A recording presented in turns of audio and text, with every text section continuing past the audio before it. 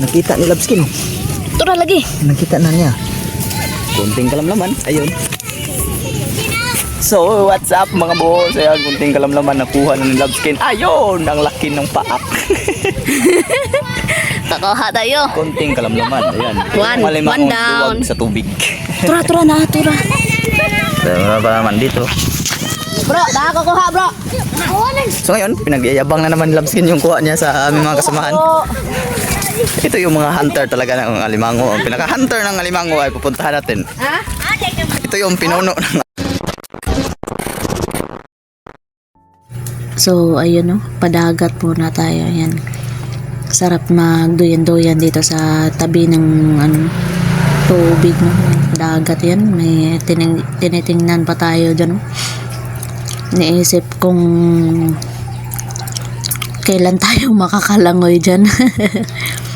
So ayan, mag-unwind muna tayo no, kasi mahirap naman na palagi lang trabaho no. Yan yung time na unwind tayo. Look. Wala, bawal Supercans, MJ Ikaw, Mr. Dili ko? Dili ko, te. Te, ante. Lalo ako. Nawa, may mga nawa. Ano ito? Oo, ako ganangin sa kuwan na. Pagkabi. Ay, padulo. Hindi yung parang ginawa. Ano?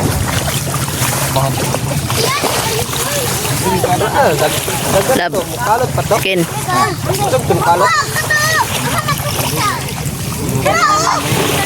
So kunting kaalaman. Ngayon ay nangunguha sila ng mga alimango na malalaki ang paak. Yung ganyan. Meron yan silang hukay o meron siyang maliliit na butas. Katulad ng ganito. Tulad ng ganyan. Kaya yung hinuhukay nila. Kunting kaalaman. Ang mukha ng alimango ay parang ganito.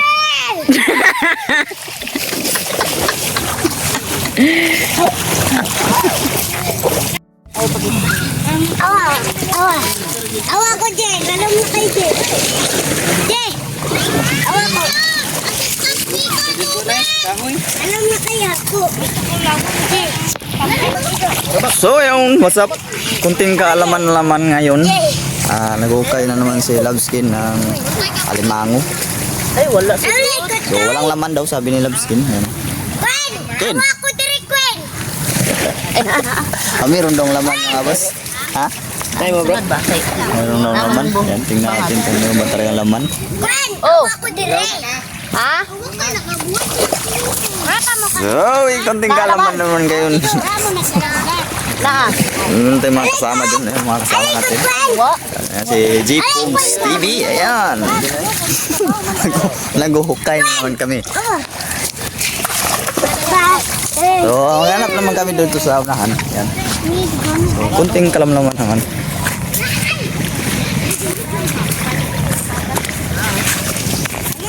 Nakaluta naman yung dito. Wala na dia. Abay ko ito. Balik. Ay, gra. Ayan. So, kunting kalamlaman na naman. Meron naman nahanap sila dito na isang butas.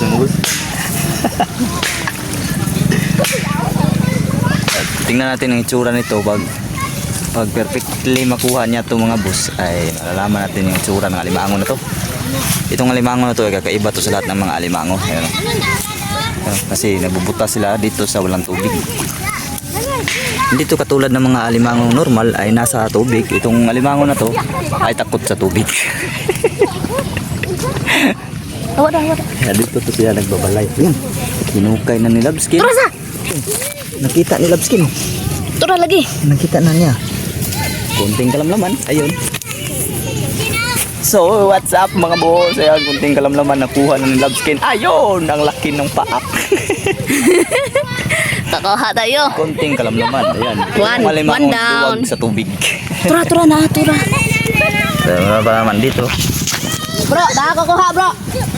So ngayon, pinagyayabang na naman ni Labskin yung kuha niya sa aming mga kasamahan. Ito yung mga hunter talaga ng alimango. Ang pinaka-hunter ng alimango ay pupuntahan natin. Ha? Ito yung pinuno ng alimango. Puntahan natin mga boss. Pinuno ng alimango. Ito yung mga pinuno ng mga alimango. Ate ka mga o, hindi na namin sa Are, Are, ako. bilian po na. So, ayan yung nakuha natin. Sold na, sold out ng sabaw.